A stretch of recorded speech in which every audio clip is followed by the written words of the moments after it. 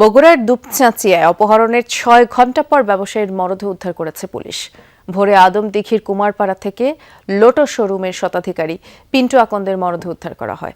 CC camera ফুটেজে দেখা যায় সোমবার রাত ৯টা নাগাদ দুপচাঁচিয়া লোটো শোরুমের সামনে সাদা রঙের একটি মাইক্রোবাস আসে।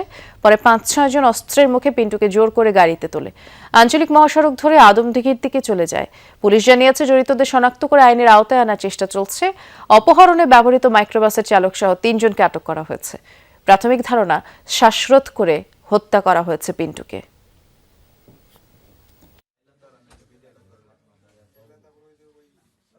আমরা ওখানে সিসি ক্যামেরা চেক করে মাইক্রোবাসের পিছনে নাম্বারটা পাই। সেই নাম্বারের প্রেক্ষাপটে আমরা মাইক্রোবাসের মালিককে শনাক্ত করতে সম্ভব হয়। আমরা তাৎক্ষণিক সেখানে যাই। যাওয়ার পরে মাইক্রোবাসকে আমরা পাই এবং মাইক্রোবাসের চালককে পাই এবং মাইক্রোবাসের মধ্যে যাকে নিয়ে গেছে তার লাশটা।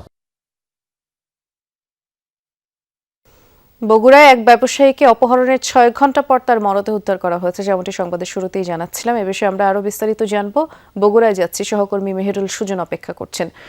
সুজন, কারা অপহরণ করলো এবং হত্যায় জড়িত এ বিষয়ে পুলিশ কি বলছে, একটু বিস্তারিত করে জানাবেন।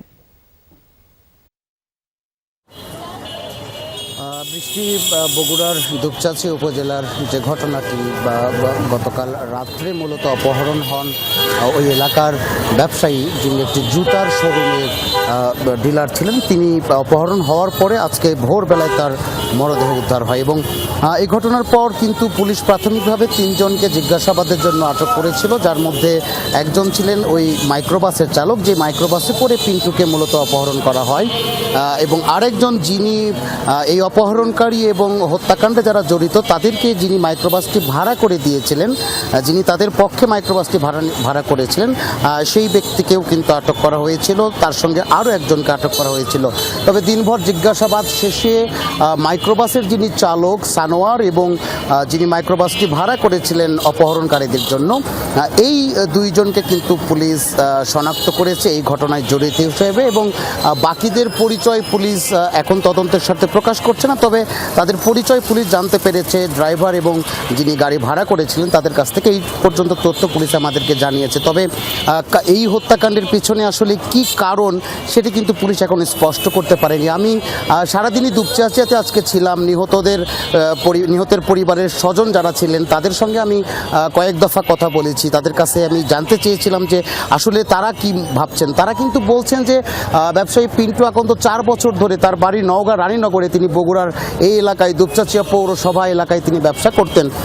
তারা বলছেন তার কোনো শত্রু ছিল না।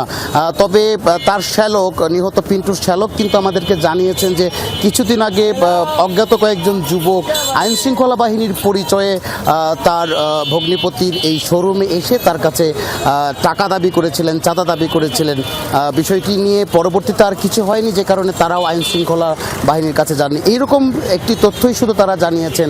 এর বাইরে আসলে এই হত্যাকাণ্ডের আর কি কারণ রয়েছে বা প্রকৃত মোটিভ কি হত্যাকাণ্ডের, সেটি কিন্তু বৃষ্টি এখনো পর্যন্ত পুলিশ নিশ্চিত হতে পারেনি। তবে পুলিশ কর্মকর্তারা আমাদেরকে যেটি বলছেন যে তারা এরই মধ্যে, যেহেতু এই মামলায় এই হত্যাকাণ্ডের ঘটনায় যেহেতু 2 জনকে তারা শনাক্ত করতে পেরেছেন, চালক এবং যিনি গাড়িটি ভাড়া করেছিলেন, তাদেরকে ব্যাপক জিজ্ঞাসাবাদের পর আসলে বাকি আসামিদের অবস্থান সম্পর্কে তারা জানতে পারবেন এবং মামলার বা এই ঘটনার যে মূল মোটিভ সেটি তারা উদ্ধার করতে পারবেন।